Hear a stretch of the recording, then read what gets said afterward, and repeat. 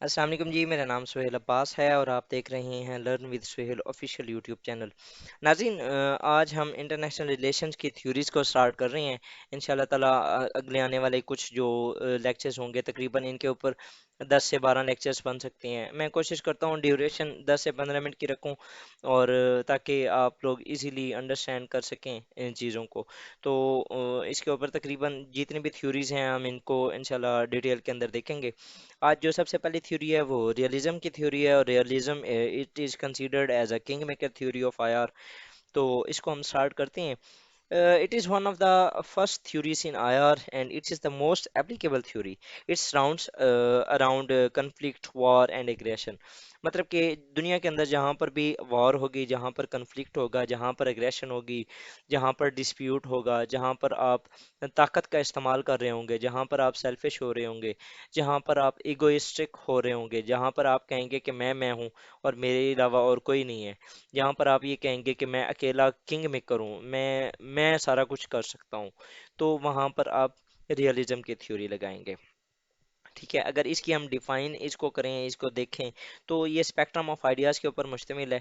इसके अंदर चार मेजर जो चीज़ें हैं वो मैं आपको बता देता हूँ। जो रियलिज्म की थ्योरी है वो पहले कहती है कि states are the principal actors. मतलब कि आपकी जो स्टेट्स हैं वही मेजर एक्टर हैं और बाकी जो हैं वो नॉमिनल एक्टर्स हैं, लेकिन जो मेजर है वो स्टेट है। और स्टेट की आपको मैंने डेफिनेशन ऑलरेडी बता चुका हूँ।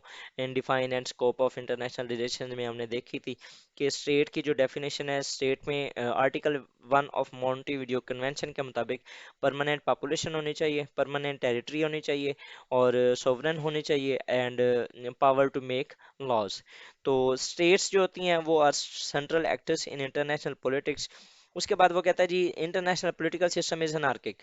अनार्किक क्या होता है कि जहाँ पर कोई लॉ एंड ऑर्डर ना हो, मतलब कि अगर इन सम सॉर्ट ऑफ ऐसी सोसाइटी जहाँ पर कोई भी रूल्स ना हो, जहाँ पर जिसका जो दिल चाहे वो करे, मतलब कि अगर फॉर एग्जांपल एक ऐसी सोसाइटी जिसमें कोई किसी का कत्ल कर सकता है, कोई किसी को मार सकता है और उसको कोई कुछ नहीं कहेगा, ये एक इस तरह की सोसाइटी है। तो रियलिस्ट ये कहते हैं कि जो इंटरनेशनल का दुनिया के ऊपर जो निज़ाम है वो एक अनार्किक स्ट्रक्चर है। अनार्की में मतलब कि एक पावर दूसरी पावर के ऊपर किसी भी तरीके से कभी भी अटैक कर सकती है और उसको कोई रोकने वाला नहीं है। There is no supranational authority on the nations of the world.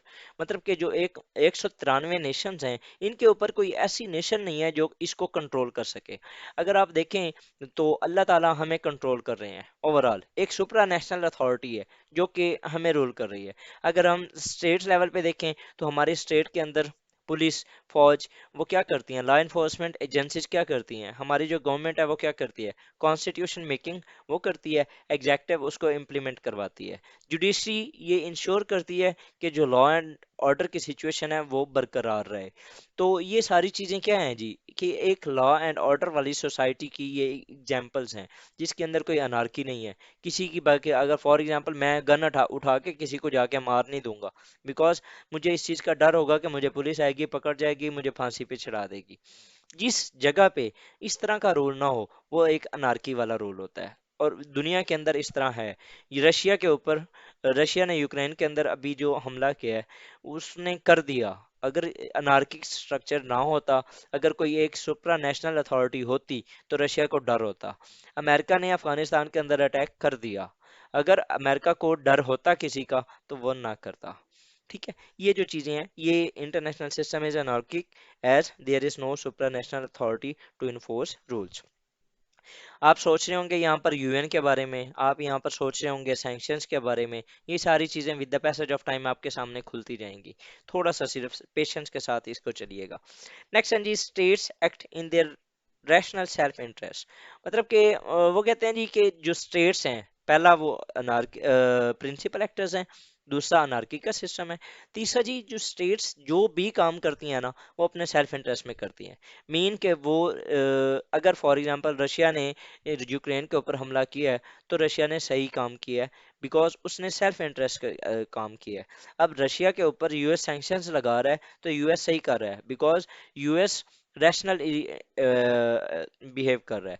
अगर ईरान न्यूक्लियर प्रोग्राम बना रहा है तो ईरान ठीक कर रहा है, because it is helpful for its self interest. अगर नॉर्थ कोरिया बम फेंक रहा है, या अगर नॉर्थ कोरिया न्यूक्लियर बना के वो मिसाइल बार बार वो फायर कर रहा है, वो दुनिया को इंटीमेट कर रहा है, तो ये इट्स सेल्फ इंटरेस्ट, और वो ठीक कर रहा है अकॉर्डिंग टू रियलिस्ट। ये मैं एग्जांपल इसलिए दे रहा हूँ ताकि आपको चीज़ों को समझ आ रही हो। मतलब कि अगर फॉर एग्जांपल मैं कुछ भी कर रहा हूँ, तो मैं अपने लिहाज से ठीक कर रहा हूँ, और मुझे यही करना चाहिए। नेक्स्ट जी, states desire power to ensure self preservation. क्योंकि स्टेट्स आर प्रिंसिपल एक्टर्स, तो अगर फॉर एग्जांपल मैं एक एक्टर हूँ और मैं एक प्रिंसिपल एक्टर हूँ, तो मुझे अपना सर्वाइव भी तो करना है। तो for my survival I have to increase my power to such extent that I can defend myself. ठीक है, तो बेसिकली वो भी यही कह रहे हैं कि स्टेट को इतनी पावर अक्वायर कर लेनी चाहिए कि वो अपने आप को सरवाइव कर सके, वो अपने आप को डिफेंड कर सके, वो अपने आप को प्रिजर्व कर सके।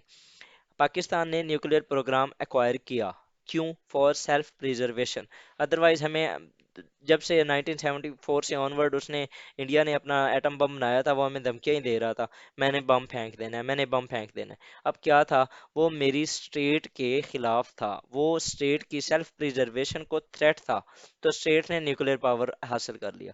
अब ये रैशनल सेल्फ इंटरेस्ट था, और स्टेट ने सही डिसीजन लिया था। तो ये जी एक डिफाइन डेफिनेशन के अंदर ये 4 पॉइंट्स आते हैं। फर्दर हम इनकी जो मेजर अजम्पशंस हैं हम आगे देखते हैं। अब हम जी आते हैं, ये एवोल्यूशन ऑफ रियलिज्म, ये इवॉल्व कैसे हुआ? रियलिज्म का जो कंसेप्ट था वो इवॉल्व कैसे हुआ? हमने पहले IR as a academic discipline पढ़ा है, 1919 के ऑनवर्ड आईआर को पढ़ा जाने लगा। ठीक है, लेकिन जो इसकी एवोल्यूशन है और उनकी जो थ्योरीज की एवोल्यूशन है वो तो सिंस लॉन्ग है। मतलब कि सबसे पहले जो अगर आप देखें, तो ये एक थ्योरी थी, पावर ट्रांजिशन थ्योरी ऑफ थ्योसिडाइड्स। थ्यूसिडाइड ने सबसे पहले जो कंसेप्ट दिया था रियलिज्म का दिया था, और ये फाउंडर ऑफ रियलिज्म भी कहा जाता है इन्हें। इन्होंने कहा था, the strong do what they have to do and weak accept what they have to accept. मतलब कि माइट इज राइट, जिसकी लाठी उसकी भैंस। अगर आपके पास पावर है तो आप कुछ भी कर सकते हैं, अगर आपके पास पावर नहीं है तो you have to only accept it. और अगर देखा जाए तो आज आप दुनिया का जितना भी निज़ाम है, जहां पर भी चाहे आप देख सकते हैं। आप उसको इंडिविजुअल लेवल पे देख लें, आप उसको सोसाइटी लेवल पे देख लें, आप उसको नेशनल लेवल पे देख लें, आप उसको इंटरनेशनल लेवल पे देख लें। मैं आपको एग्जांपल्स देता हूँ।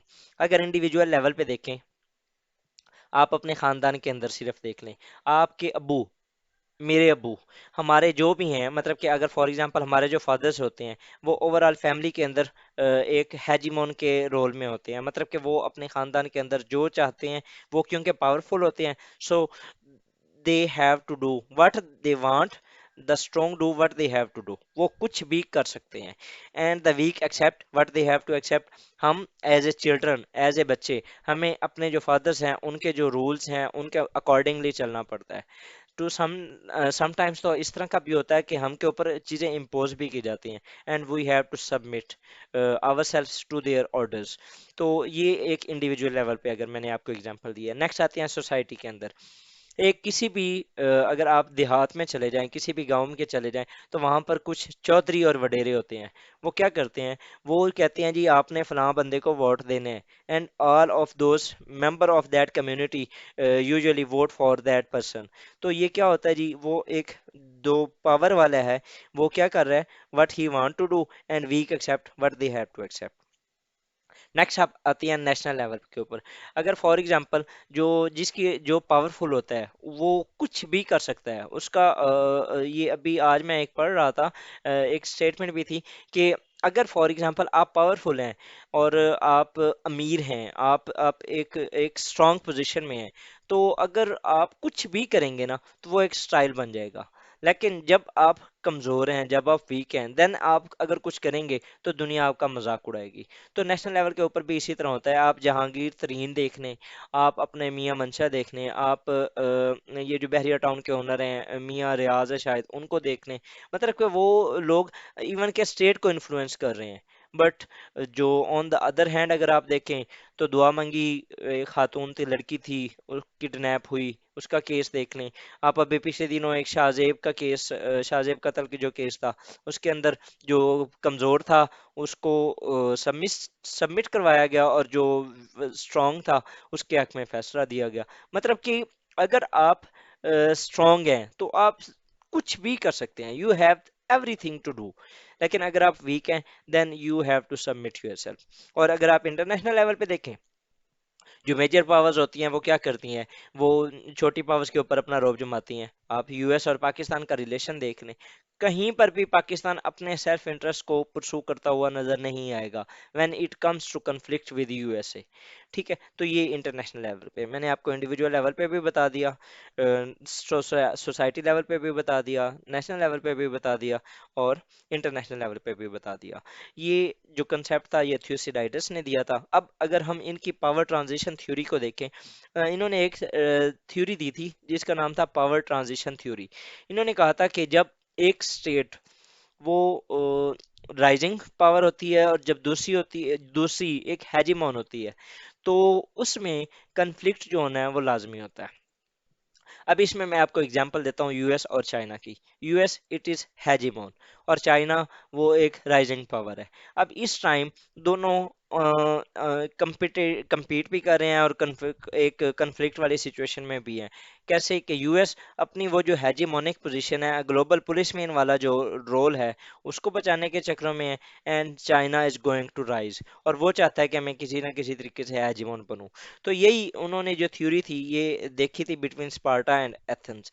अगर आप देखें तो एथेंस 430, ये पेलोपोनेशियन वॉर्स हुई थी स्पार्टा और एथेंस के दरमियान। इनको आप एक बार देख लीजिएगा।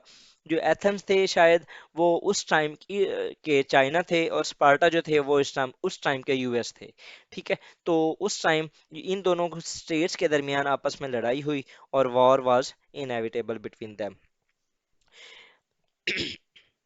नेक्स्ट अगर चलें तो जो दूसरे पॉइंट, जो दूसरा नेक्स्ट रियलिस्ट था वो था निकोलो मैकावली। ये इन्होंने अपनी एक किताब लिखी थी द प्रिंस। ये इटालियन हिस्टोरियन थे, पॉलिटिशियन थे, डिप्लोमेट थे, फिलोसफर थे एंड राइटर थे। ठीक है, और मैकावली मैकावलियज्म, ये वर्ड थोड़ा सा है, इसको एक बार देख लीजिएगा। इसको प्रोनाउंस मैंने किया तो था, ठीक है, लेकिन ये प्रॉपर नहीं हो सका। It is widely use negative term to characterize the deceit and deviousness. इसमें मतलब कि जो मैकाउली का जो कंसेप्ट था वो ये था कि इसने कहा कि आप धोखा दे सकते हैं, आप कुछ भी कर सकते हैं, आपका जो रूल है वो एक रथलेस किस्म का होना चाहिए। आपने जो आपकी जनता है, आपकी जो अवाम है, उसको इस तरीके से निचोड़ के रखना है कि वो आपके सामने मतलब कि सर उठा ही ना सके।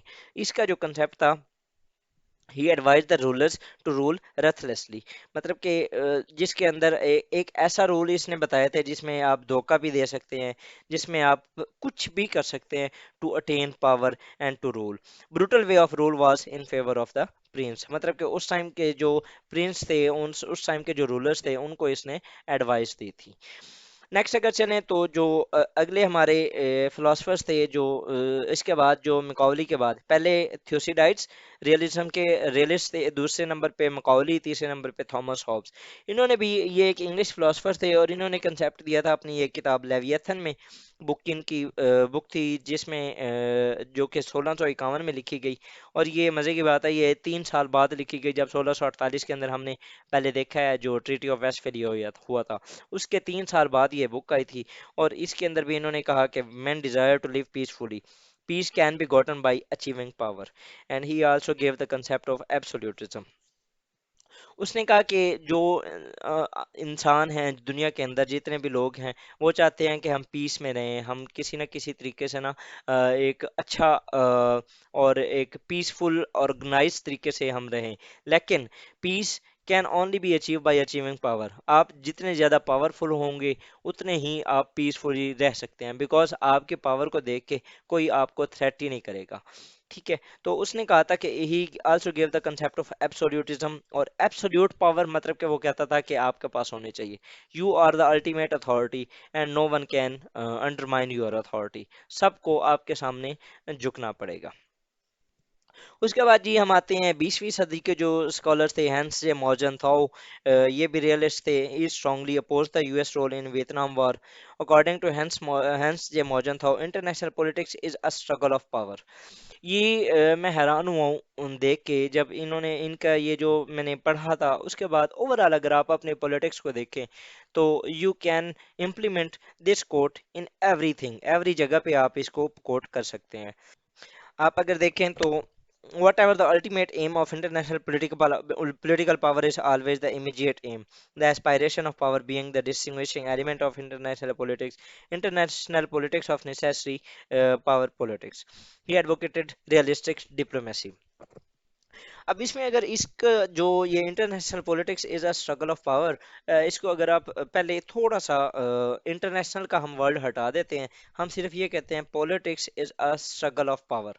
आप अगर देख लें, हम नेशनल लेवल पे देखते हैं तो पाकिस्तान के अंदर इस टाइम गेम ऑफ थ्रोन चल रही है। ओवरऑल अगर देखा जाए तो नवाज शरीफ, सॉरी शहबाज शरीफ साहब हो गए पीडीएम लेड, और एक साइड पे इमरान खान है, एक साइड पे एस्टेब्लिशमेंट है, दूसरी साइड पे जुडिशरी है, एक साइड पे पीपल्स पार्टी है। ये सारे क्या कर रहे हैं? पावर के लिए ही गेम कर रहे हैं ना, मतलब कि वो कभी कोई आ जाता है, कभी कोई आ जाता है, एक दूसरे के ऊपर ब्लेम गेम। नेशनल इंटरेस्ट नहीं है ये पावर पॉलिटिक्स है, ये स्ट्रगल ऑफ पावर है। ठीक है, इंटरनेशनल लेवल पे भी सेम सिचुएशन है। International politics is a struggle of power, mean कि आप यूएस चाइना की राइवलरी देख लें, आप रशिया की यूएस के साथ राइवलरी देख लें, ओवरऑल आप नेटो यूके देख लें, यूके जो अलग हुआ वो देख लें, द अमेरिका ग्रेट अगेन देख लें, इंडिया मेक इट्स इंडिया, या मेकअप ऑफ इंडिया, इस तरह की एक कैंपेन है इंडिया की। तो ये सारी चीजें क्या हैं? ये स्टेट्स के नेशनल इंटरेस्ट तो हैं, लेकिन वो क्या कर रहे हैं basically? Because to be a more powerful nation. दुनिया के अंदर आप आर्म्स की स्ट्रगल देख लें, हर साल $2 ट्रिलियन हम लगाते हैं टू परचेज आर्म्स, और वो क्या? दूसरों को मारने के लिए। आप देख लें ये क्या कर रहे हैं। ओवरऑल ये सारा कुछ जो भी है ना, वो एक पॉलिटिक्स की पावर स्ट्रगल है जिसकी बेस पे ये चल रहा है। और ये कहा था किसने? हैंस जे मॉर्गन ताऊ ने। नेक्स्ट अगर चलें तो पॉलिटिक्स अमंग नेशन, ये उसकी किताब थी हैंस जे मॉर्गनथाउ की। उसके अंदर उसने 6 प्रिंसिपल्स बताए थे।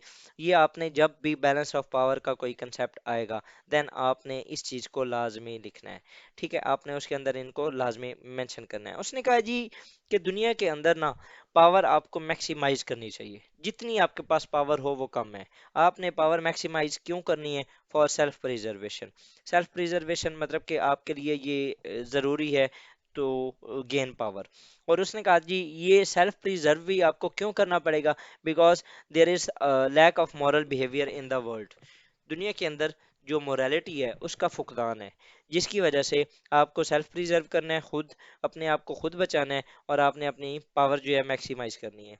अब ये कैसे पता चलेगा कि दुनिया के अंदर जो मोरालिटी है उसका फुकदान है? उसने कहा ये जो वॉर्स है ना दुनिया के ऊपर, वो एक प्रीडोमिनेंट फिनोमिना रहा है, और ये हमें बताता है कि दुनिया के अंदर जो मोरालिटी है, जो मॉरल है, उसका फुकदान है। और वार्स क्यों रही हैं? Because of failure of international law. और इंटरनेशनल लॉ क्यों फेल हुआ? Because weak enforcement of international law. कोई ऐसी अथॉरिटी नहीं थी जो कि इंटरनेशनल लॉ को इन्फोर्स कर सकती। मैं इसको एक बार फिर बता देता हूँ। उसने कहा जी आपने अपनी पावर को मैक्सिमाइज करना है for self preservation, because of self preservation is imperative because of lack of moral behavior in the world, and it lack of morality in the world is manifested by the predominant wars। जो कि phenomena है वो काफ़ी ज़्यादा हुआ है। और Wars क्यों हुई हैं? Because of failure of international law.